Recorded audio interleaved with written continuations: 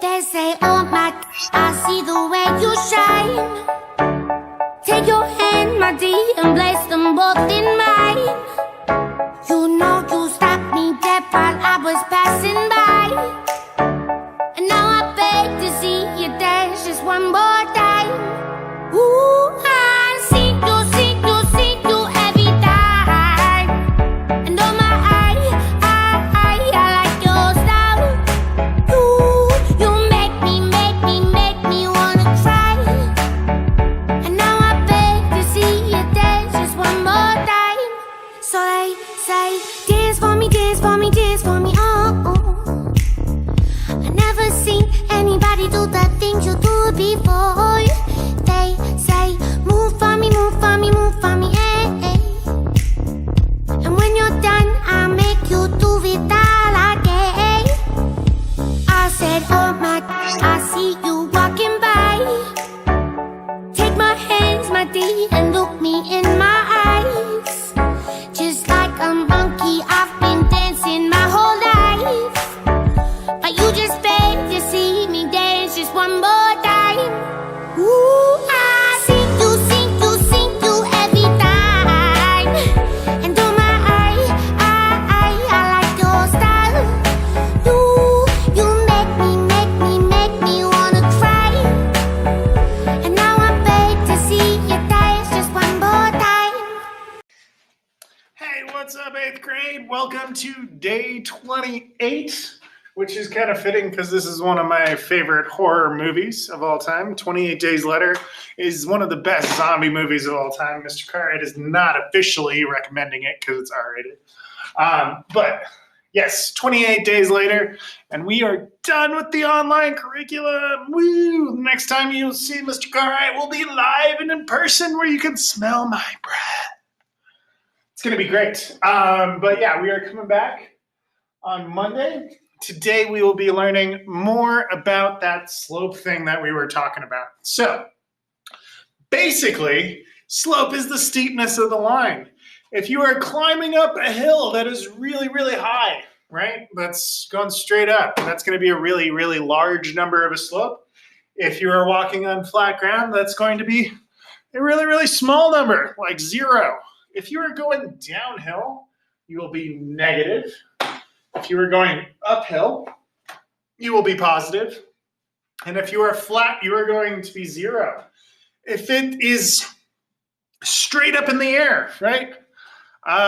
You cannot walk up that kind of slope, therefore it is undefined, right? Any slope that you can walk on is defined. A downhill slope will be negative. An uphill slope will be positive. And a flat slope will be 0. And when I say walk on it, I mean picture yourself as a little person walking left to right. Are they going uphill or downhill, right? In this case, we are going uphill. And in this case, we are going downhill, right? And with the flat slope, we are going neither direction, so therefore it is 0. So once again, up, positive, down, negative, flat is 0. So let's talk about that a little bit more. A slope, right, is universal amongst all parallel lines. So what that means is that this blue line right here, right, if it's a translation of the other lines, they all have the same slope. So how do we find slope? What we do is we create this triangle, right, from one point on the graph to another point on the graph. And we create a width and a height for that line, right? Right here is the width, and right here is the height. And the height always goes up on top, and the width always goes on bottom. Okay, so that triangle that we created will tell us the slope, right? How much does it go up or down, goes on top? How much does it go left or right, goes on bottom? And so that fraction will actually work for any of these lines, right? If I take this triangle right here, it fits on that line, it fits on that line, and it fits on this line, meaning all of those lines have the same slope. It also doesn't matter what triangle I use, right? Let's make this triangle bigger.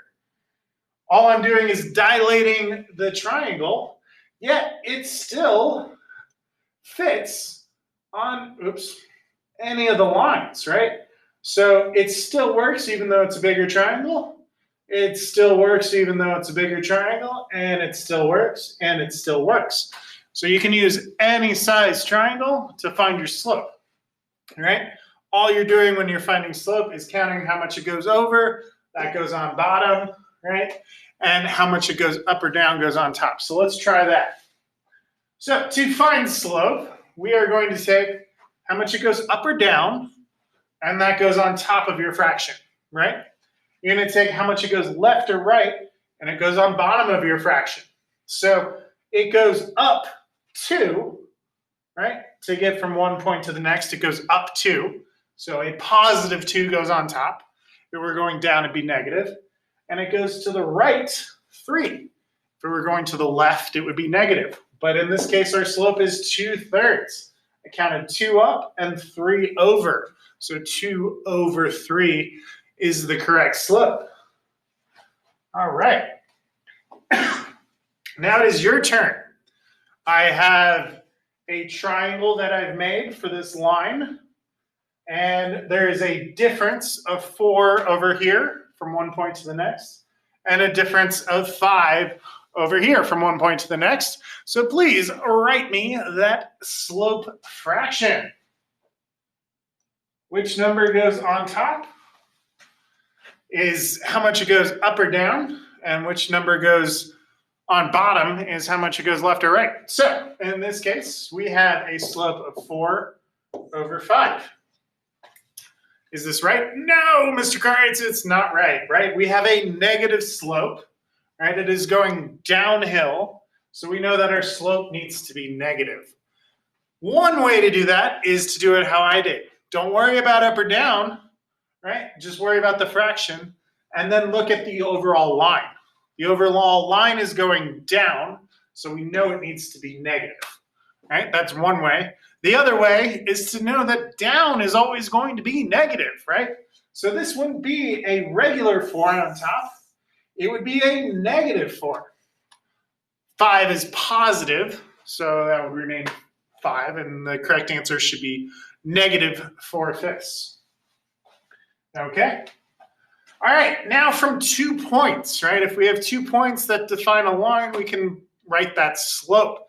What we basically do is we subtract the x value from the other x value of the other point, and the y value from the other y value of the other point. So in this case, we have the point 0, 1, and 7, 3.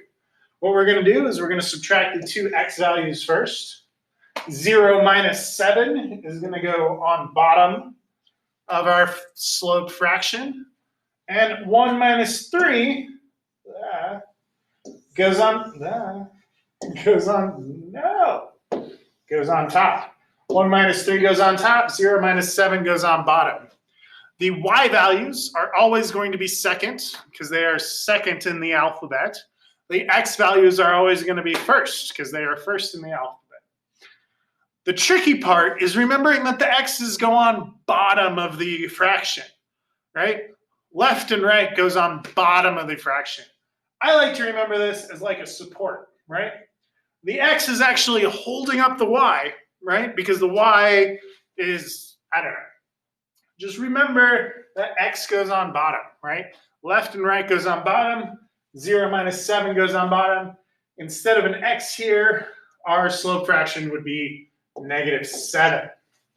Now the y values go on top, and we subtract the y value from the y value. In this case, 1 minus 3. And 1 minus 3 is negative 2. So our slope in this case is negative 2 over negative 7. The negative signs cancel, and we're left with 2 7ths. Very good. Now I'd like you guys all to try this problem on your own. Give you about 30 seconds. The point is negative 2, 4. I'll rewrite that. Negative 2, comma 4. And 1, comma 3. 10 more seconds to get that slope equation going. All right, very good. So what we do is we take our x's from our x's and we subtract them. Negative 2 minus 1 goes on bottom. Then we're going to take our y values from our y values, and that goes on top. So 4 minus 3 goes on top. This is the correct fraction, right? 4 minus 3 is 1. Negative 2 minus 1 would be a negative 3. And in this case, our slope is negative 1/3. Hopefully you got that and it all made sense to you guys. Now please return to the live classroom. Thank you very much.